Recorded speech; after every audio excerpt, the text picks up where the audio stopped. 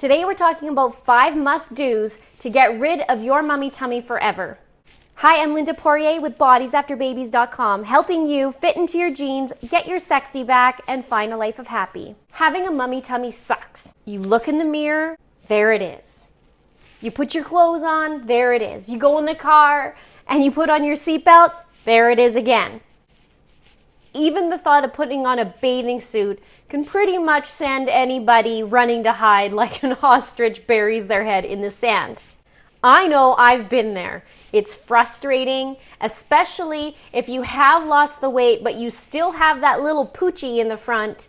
But it can be helped. You just need to know where to start and what you can do. So here are 5 must-dos that you can do to get rid of your mummy tummy for good. Number 1 is get rid of the gap. Doctors do not tell us about this, which is really unfortunate because a lot of women have a lot of issues with this, and I'll get to it in just a minute. They do have issues and nobody ever tells them that it could be something. So I'll explain what I mean.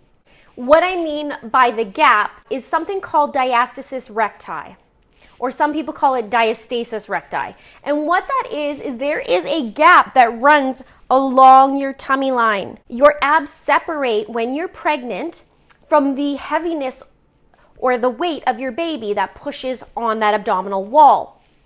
Now, we don't even know to check for it, which is absolutely crazy to me because I feel like if doctors talked about this more often, then we can catch these things. It's not about the aesthetics of it even. There's functionality to it, and a lot of women suffer. And a lot of women need to go and get operated on. You may be experiencing pelvic floor issues, lower back issues, and so on. The more babies you have, the likelier it is that you have this gap.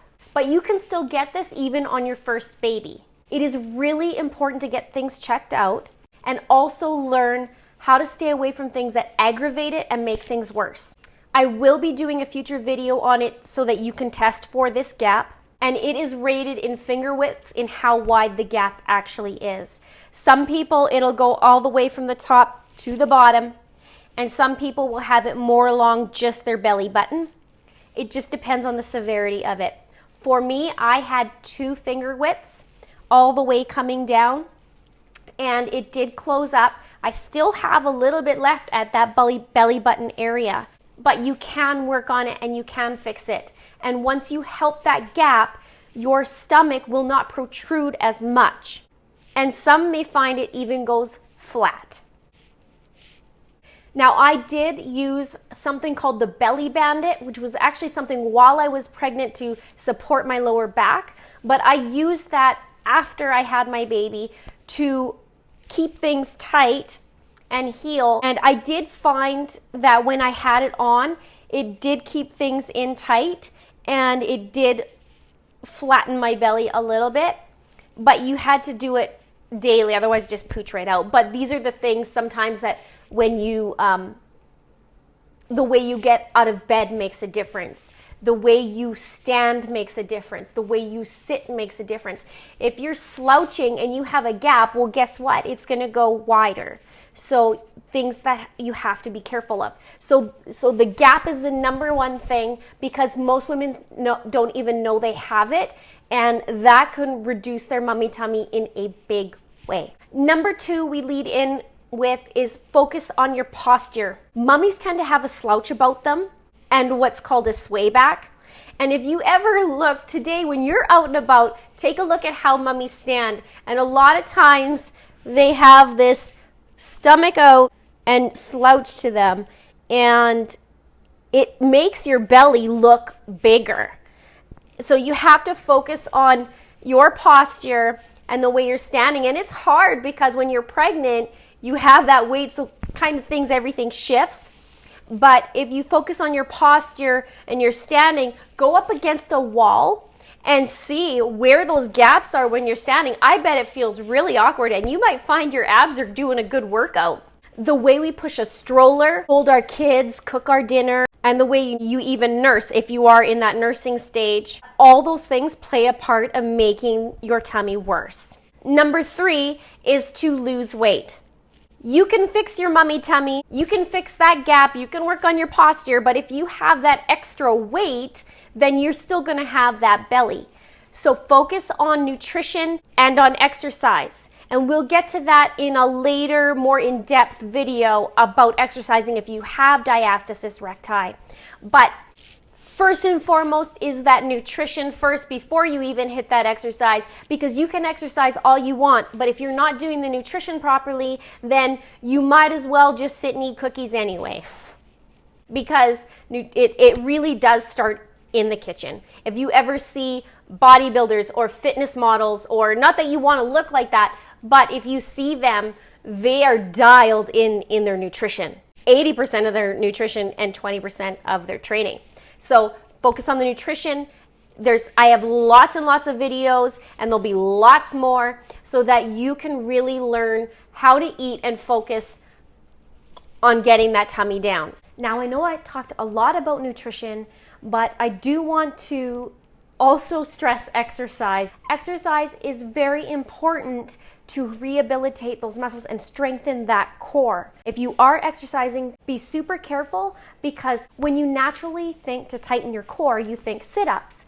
But sit-ups are a complete no-no, especially when you have that gap. So I will do a future video to show you how to help strengthen your core without wrecking it. If you're putting extra pressure on your stomach, then you could be making that gap worse, which is what we don't want. So be very careful when you are exercising to steer clear of the no-no exercises. Next is our skin on the tummy. Now, I wanted to address this because although skin would not make our tummy go down, I think it's an important part and aspect to that area. I know for me, when I had the baby, when I had both of my babies, but especially my second one, there is a little bit of loose skin there, and you don't feel so good with the stretch marks. But I will say this, I did do a regimen that really, really helps, and I learned this way back when I used to compete in fitness contests, and that was to grab a poof in the shower and to scrub your belly clockwise so that you can go with the digestion, and you scrub it with a body poof, you know, to shower with, and you can soap it up and just scrub, and you go in circles, and that brings circulation to the surface, and it gets your stomach kind of stimulated. I've done dry brushing as well, which is really cool. Same kind of idea. You grab the dry brush and you bring it up on the right, across, and then down, and you just work it that way. And that one actually is really, really good too to stimulate. Now, I noticed when I was scrubbing my belly that it was discolored at first, and as I scrubbed it, it just kind of renewed the skin. I loved it. Now, here's a little secret. If you have just a little bit of loose skin, if you keep your water hydration up high, then that actually helps your loose skin. You will notice the next day it will be tighter. I moisturize the crap out of my stomach as well with coconut oil. I love coconut oil. There's so many good uses for it, but that just keeps it nice and moisturized. Something that I have been trying lately that I'm documenting in a way is fascia blasting. I will do a video on here to show you guys, but I always test stuff out first before I review it and before I recommend it. If I think it's crap, you guys are gonna know about it, but you're also, I'm not gonna promote it. So just so you know that. Also, as you're losing weight, you may find you have that loose skin on your tummy, but there is kind of a weird point to it. As I was losing, I was getting that loose skin, but then I went to that next level of weight loss and it tightened up. So it's that weird in-between phase, and then it just tightened up. So I feel like our skin is a really important subject. I know it's really tough on our heads after we have babies. For a lot of us, we don't see the same body anymore, and it can be hard to adjust to. But if you focus on really good aspects of your body, you'll feel better. It's hard, I know, because it's blaringly obvious, you know, staring at that mirror. But it is important for you to be gentle on yourself and do these nice things for yourself, because it's pampering anyways. So take care of your skin. I did have stretch marks. I was fortunate not to go too severe, but I lathered the crap out of my stomach in my pregnancy. I know some of it's genetics too, and I'm European. My dad just barely has any wrinkles and he's 79. So he's lucky. I'm getting more than what he is, but I know genetics do play a role. I gained 54 pounds. I am actually shocked that I didn't have more than I did because I'm only 5 feet tall and I was, oh, my belly was huge. And so was my bum. But, and my legs and everything else. Yeah, so that's it for skin. Just be good to yourself. But I wanted to put that in there because it doesn't really get rid of the mummy tummy, but it helps you feel a lot better. And I really think that's important. So number 5 is hiding it in the meantime as you get down. What I have done is used Spanx. And for me, I find like getting into a dress that's a little bit tighter or just in my pants or just feeling all around better. I have a gluten allergy, and if I have anything like a trace of it, my stomach looks like I'm seriously pregnant, and it is the scariest thing. There's no baby to show for it, but I hide it so that, and I use that Spanx so that it doesn't poof out. I do feel more confident with it on. I feel a lot better.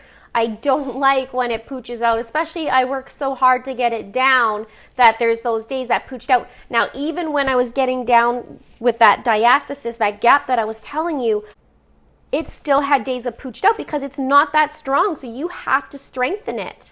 You can also hide it with your clothing. Now, I did mention in a video, and I will put the video up here so that you can see it. It's about getting rid of your clothes because sometimes as you lose weight, some of these clothes that you loved before and you love the look of aren't going to look the same anymore. Even if you were to buy that style in a smaller size, it just might not be you anymore because your body transforms and the style just doesn't suit you.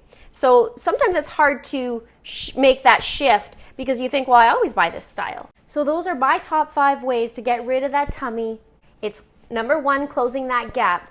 Number 2, focusing on the posture. Number 3 is nutrition and exercise, which could be in their own different category, but I'm putting those together because they are together, hand in hand.